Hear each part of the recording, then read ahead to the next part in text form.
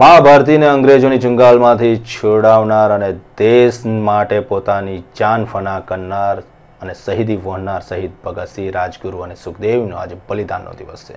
આજે વહેલી સવારે ન્યાય મંદિર ખાતે તેમની પ્રતિમાને સેવા સદન ભારતીય જનતા પાર્ટી શહેર કોંગ્રેસ સમિતિ DSO દ્વારા પુષ્પાંજલિ અર્પણ કરવામાં આવી હતી। વડોદરા શહેરના ભારતીય જનતા પાર્ટીના યુવા મોરચા દ્વારા વહેલી સવારે પ્રભાત ફેરીનું આયોજન કરવામાં આવ્યું હતું। આ પ્રભાત ફેરી શહેરના રાજમાર્ગો પર ફરી હતી અને આકર્ષણનું કેન્દ્ર બની હતી। ભારતીય જનતા પાર્ટીના યુવા મોરચા દ્વારા પણ શહીદ ભગતસિંહને પુષ્પાંજલિ અર્પણ કરવામાં આવી હતી। આજે મહાભારતીને અંગ્રેજોની ચુંગાલમાંથી બચાવવા શહીદી વહોરી લેનાર શહીદે આઝમ વીર ભગતસિંહ, સુખદેવ અને રાજગુરુના બલિદાનનો દિવસ છે।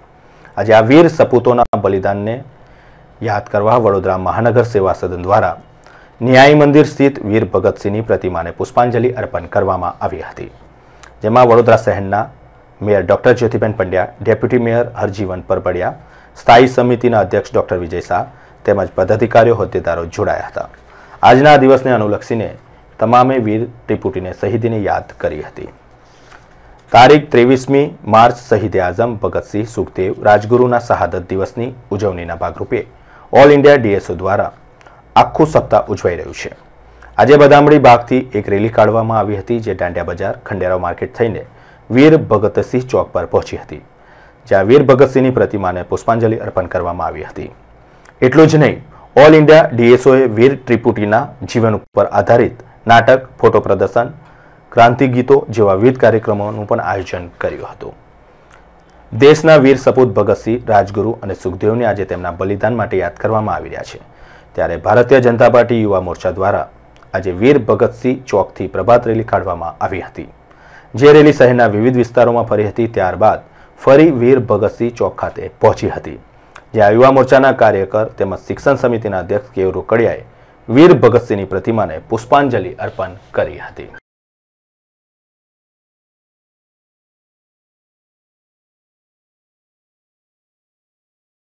दिल से निकलेगी ना मर के भी वतन की ये उल्फत, मेरी मिट्टी से भी खुशबुए वतन आएगी।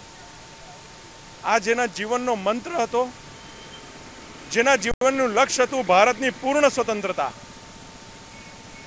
જેના જીવનની આસ્થા હતી કે એક ભગતસિંહ જો શહીદ થશે તો દેશમાં લાખો ભગતસિંહ પેદા થશે। તો આવા 23 વર્ષના નવયુવાન ભગતસિંહ, સુખદેવ અને ક્રાંતિવીર રાજગુરુ આમને 1931માં 23મી માર્ચના રોજ ફાંસીના માછડે લટકાવવામાં આવ્યા હતા। મિત્રો, આમને હસતા હસતા ફાંસીના માછડે ચડ્યા હતા। આવા શહીદ વીરોને સત સત નમન। ભારતીય જનતા યુવા મોરચાએ આજે આ નિમિત્તે એક પ્રભાત ફેરીનું આયોજન કર્યું છે। વડોદરા શહેરના સેવા સદન ભારતીય જનતા પાર્ટી, કોંગ્રેસ, યુવા મોરચા, ભારતીય જનતા પાર્ટી DSO દ્વારા પણ વીર શહીદ ભગતસિંહ, રાજગુરુ અને સુખદેવને યાદ કરીને ન્યાય મંદિર ચોક ખાતે આવેલી વીર શહીદ ભગતસિંહની પ્રતિમાને પુષ્પાંજલિ અર્પણ કરવામાં આવી હતી। વડોદરા શહેરમાં છેલ્લા ઘણા વર્ષોથી વસવાટ કરતા શીખ સમુદાય દ્વારા પણ વીર શહીદ ભગતસિંહની પ્રતિમાને આજે પુષ્પાંજલિ અર્પણ કરવામાં આવી હતી। શીખ સમુદાયના અગ્રણીઓ, મહાનુભાવો ઉપસ્થિત રહ્યા હતા અને તેમને પુષ્પાંજલિ અર્પણ કરી હતી।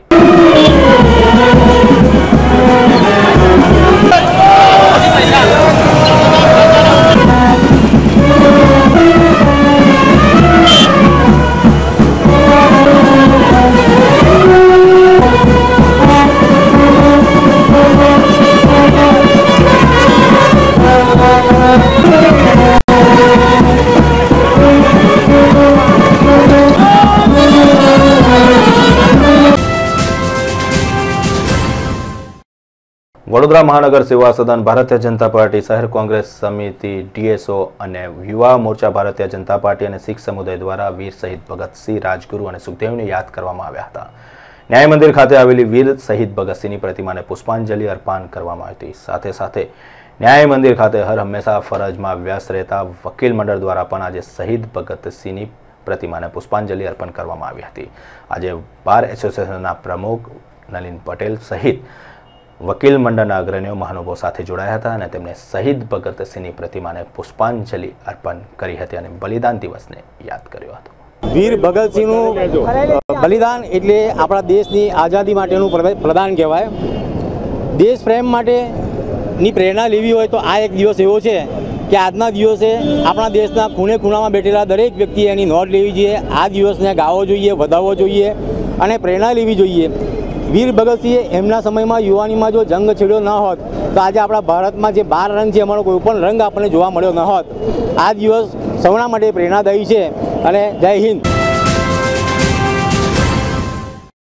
તાજેતરમાં દેશના નાના પ્રધાન પ્રણોદા દ્વારા બજેટ રજૂ કરવામાં આવ્યું હતું. આ બજેટની અંદર સોના ઉપર અનેક ડ્યુટી લાદવામાં આવી. સમગ્ર દેશના ઝવેરી બજારે તેનો વિરોધ કર્યો છે અને આંદોલનના મંડાણ કર્યા છે. ગુજરાત રાજ્યમાં સોની બજારે પણ તેનો વિરોધ નોંધાવ્યો હતો. તો વડોદરા શહેર કેમ બાકાત રહે? વડોદરા શહેરના જ્વેલર્સ એસોસિએશન દ્વારા છેલ્લા ઘણા દિવસથી આંદોલનના મંડાણ કરવામાં આવ્યા છે. કેન્દ્ર સરકાર જ્યાં સુધી ભાવ વધારો પાછો ન ખેંચે ત્યાં સુધી લડતને ઉગ્ર બનાવવામાં આવશે તેવું સોની બજારના અગ્રણીઓએ આજે જણાવ્યું હતું. મોડી સાંજે ગાંધીનગર ગૃહ ખાતે વડોદરા શહેરના તમામ વેપારીઓ એકત્રિત થયા હતા અને કેન્ડલ લાઇટ સાથે પોતાનો વિરોધ વ્યક્ત કર્યો હતો.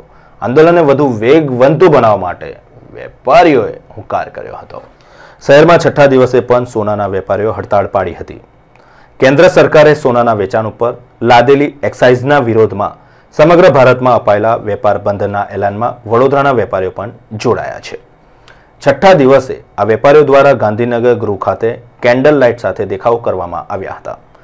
જ્યાં સુધી ઓલ ઇન્ડિયા જ્વેલર્સ એસોસિએશન બંધ વિરોધમાં કાર્યક્રમ આપશે ત્યાં સુધી વડોદરામાં પણ વિરોધ કરવામાં આવશે તેમ જણાવવામાં આવ્યું હતું.